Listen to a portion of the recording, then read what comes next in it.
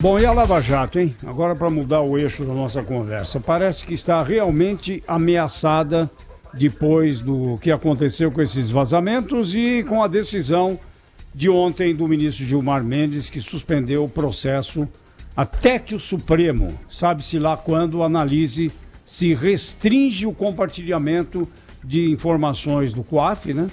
Que é o Conselho de Administração, e outros órgãos. O ministro atendeu um pedido de um réu num processo que apura se houve propina em obras. O Lineu Castilho Martins, que chefiava o gabinete de Henrique Ribeiro, que presidia a Fundação Departamento de Estradas de Rodagem do Rio de Janeiro, sempre o Rio de Janeiro, hein? Foi acusado de corrupção e lavagem de dinheiro. No pedido, esse Lineu diz que o processo incluía o recebimento de dados detalhados do COAF sem autorização judicial e que o presidente do Supremo, Dias Toffoli, já tinha determinado a suspensão dos processos em que houve troca de dados detalhados. Assim, mantinha íntegros apenas processos em que houve compartilhamento de informações gerais. O cerco parece estar se fechando, não, companheiro? Agora essa decisão, não é, Zé Paulo? Ela tem vínculo com a decisão tomada pelo presidente Dias Toffoli a pedido do senador Flávio Bolsonaro para interromper a investigação contra ele por causa da utilização que o senador considerava indevida dos dados do COAF. O presidente Dias Toffoli disse que era uma decisão que não necessariamente teria repercussão geral,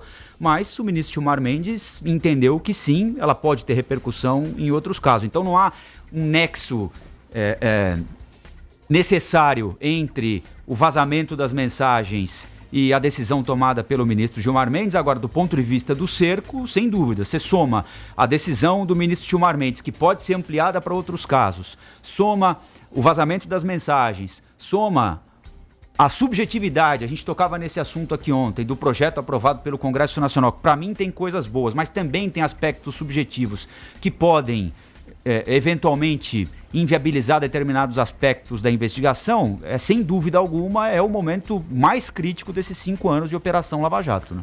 A decisão foi mesmo tomada, ficou claro, né? O ministro Gilmar Mendes deixou claro que a decisão dele de suspender uma ação penal da Operação Sefini da Lava Jato foi baseada na decisão do ministro Dias Toffoli, na decisão que segundo a qual o COAF não pode compartilhar informações com outros órgãos de investigação sem autorização judicial. Agora, extrapola, né? Porque além do COAF, agora a Receita. Então agora, juízes aí de segunda instância, ministros do STJ vão poder usar também esta decisão do Gilmar Mendes para tomar decisões a respeito de pedidos contra a Receita Federal, não só o COAF. Agora, isso vale para investigações que estão em andamento, não para o que já aconteceu, né?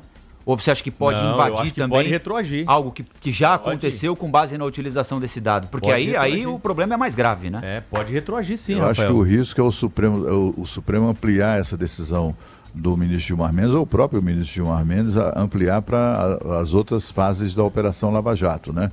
Essa decisão diz respeito apenas a esse réu nessa operação, né? Mas, enfim, como isso foi tomado com base na decisão do ministro Dias Toffoli, aquela coisa do impacto, como é que chama?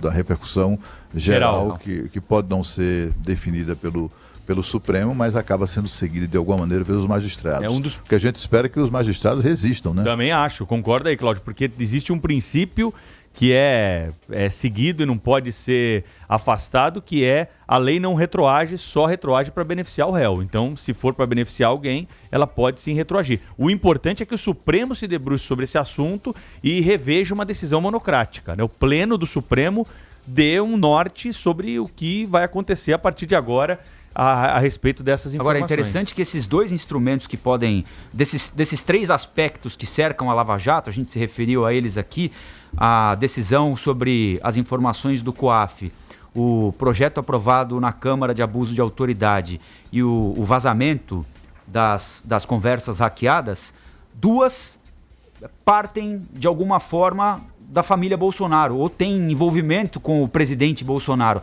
A decisão sobre o COAF só existiu porque o senador Flávio Bolsonaro foi ao Supremo Tribunal Federal e obteve a decisão monocrática do presidente do Supremo.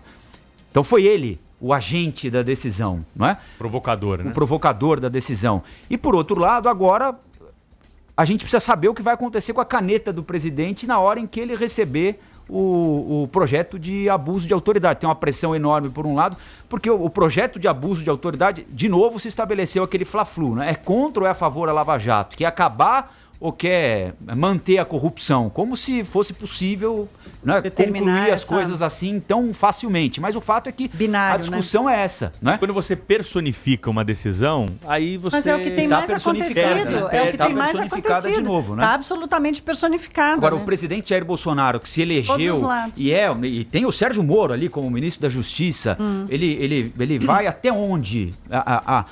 No sentido de explicar às pessoas que, olha...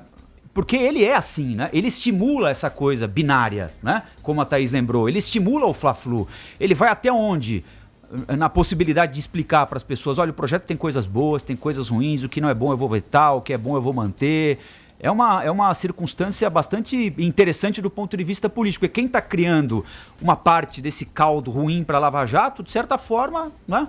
Um foi o filho do presidente e a perspectiva de impedir que esse caldo engrosse ainda mais está na caneta do presidente também, né? De novo, a gente está vivendo uma situação em que a discussão sobre o sistema e o instrumento se mistura com um caso concreto.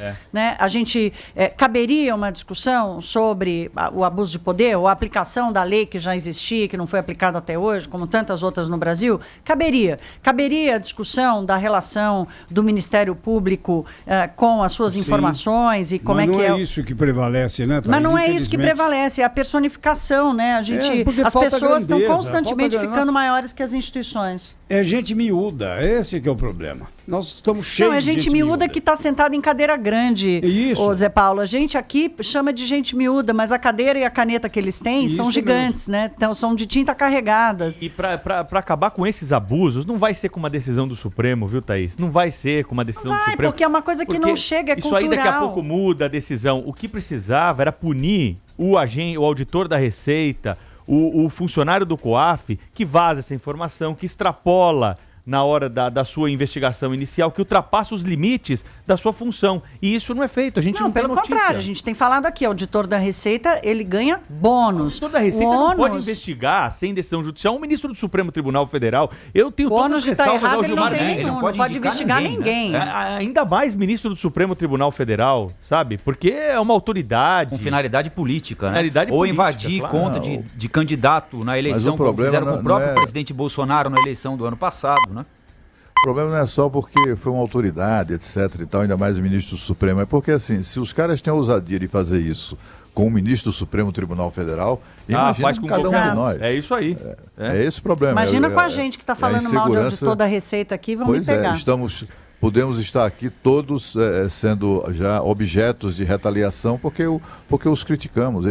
Essa insegurança ou e a impunidade decorrente de tudo que a gente já viu, né? É uma coisa impressionante. No caso do ministro Bruno Dantas do TCU, recentemente, né?